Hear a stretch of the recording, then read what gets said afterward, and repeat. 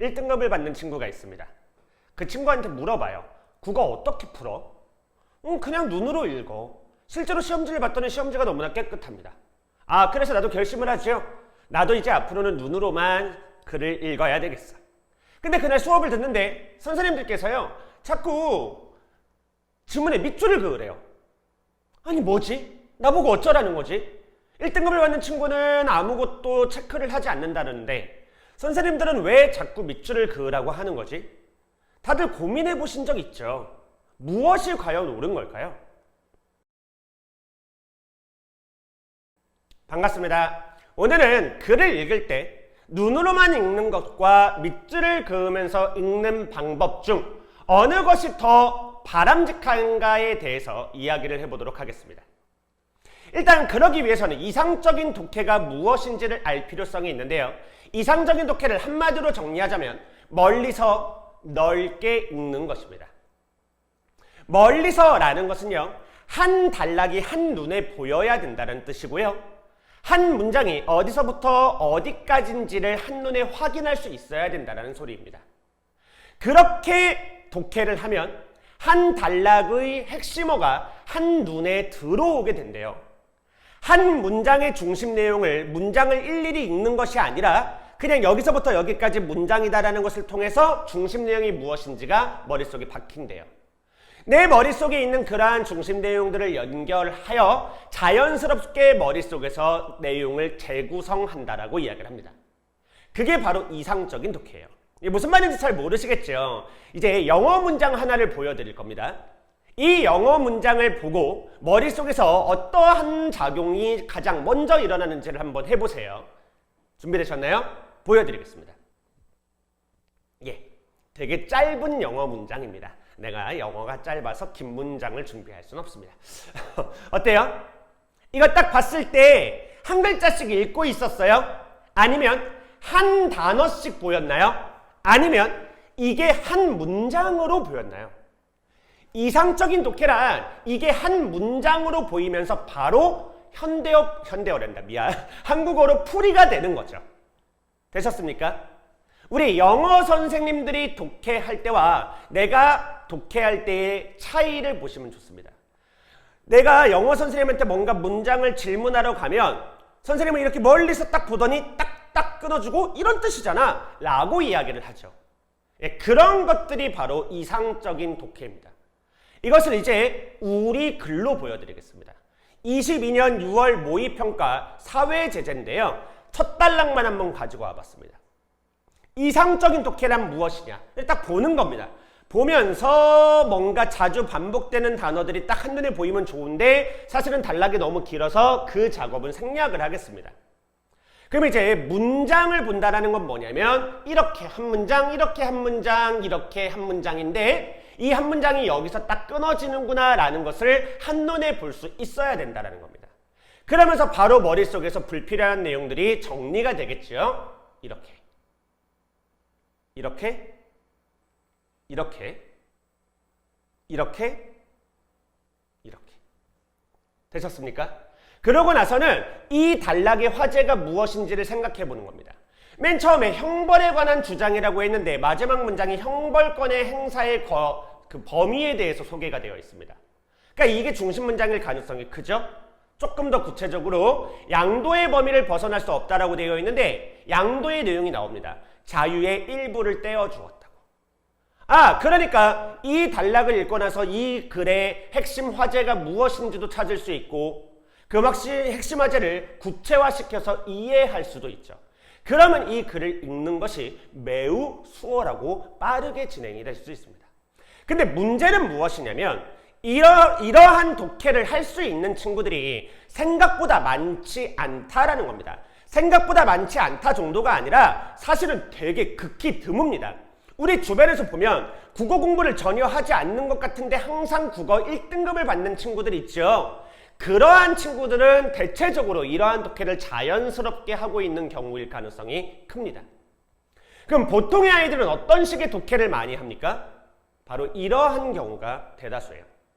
속발음을 한다거나 글을 읽다가 다른 생각을 한다거나 내용을 이해하는 과정 없이 글자만 눈으로 따라 읽고 있는 거죠.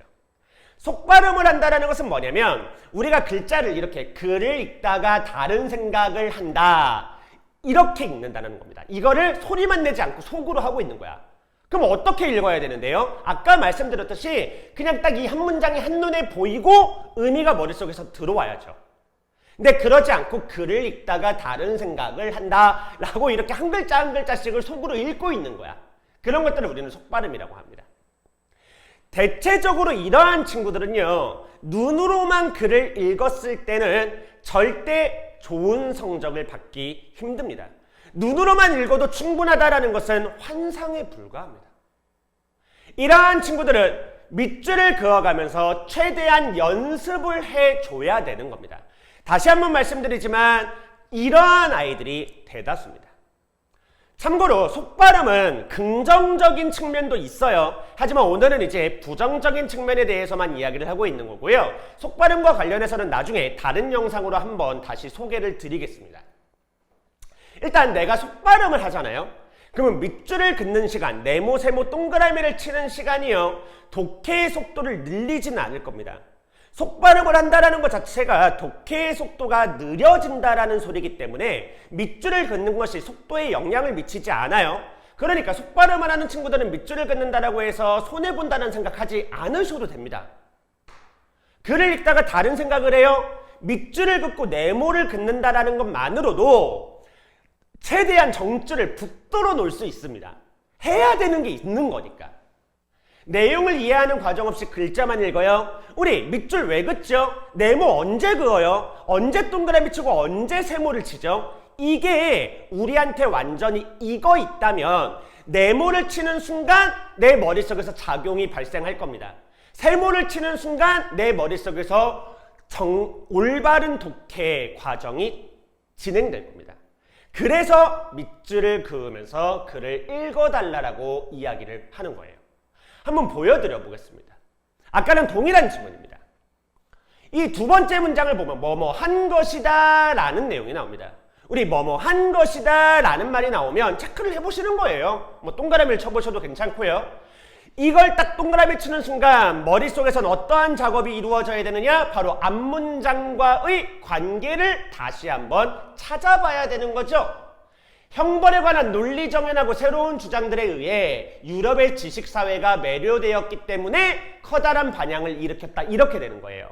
그러니까 이 두 문장을 통틀어서 제일 중요한 내용은 뭐가 돼야 되느냐? 베카리아가 형벌에 관해 새로운 주장을 했다가 돼야 되는 겁니다. 다음 문장들을 또 볼까요? 호응하여 전제하였다. 나는 다 이런 호응, 전제 이런 것들 다 동그라미를 치는데요. 사실 전제라는 것은 되게 중요한 겁니다. 선택지에서도 되게 많이 묻죠. 왜냐?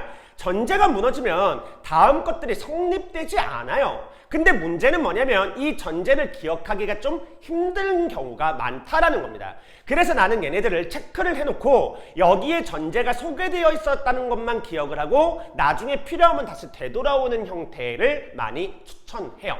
어쨌든 이러한 단어가 좀 눈에 보이면 머릿속에서 전제가 있었다라는 것, 그 다음에 어디에 있었다라는 것이 훨씬 기억이 잘 날 거기 때문에 밑줄을 긋고 동그라미를 쳐달라고 하는 겁니다.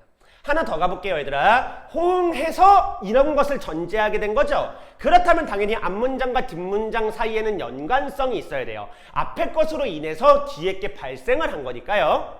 그래서 그 호응하여 라는 문장을 딱 보자마자, 단어를 보자마자 앞뒤 내용의 연관성을 생각해 보는 거죠. 또 다음 걸 한번 가볼게요.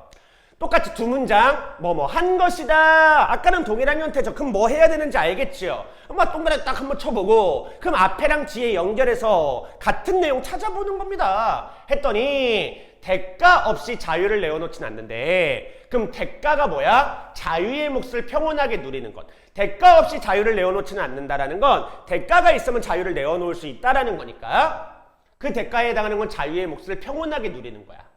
자유를 내어놓아? 자유의 일부를 떼어줘. 이런 식으로. 되셨을까요? 그러니까 이런 식으로 우리가 반드시 밑줄을 긋거나 동그라미를 치거나 네모를 치거나 세모를 쳐야 되는 그러한 말들을 익혀두는 겁니다. 걔네를 익혀두고 걔네가 나오면 반사적으로 이러한 독해를 할 수 있는 연습을 해라. 그것이 바로 밑줄을 긋는 독해의 핵심이에요.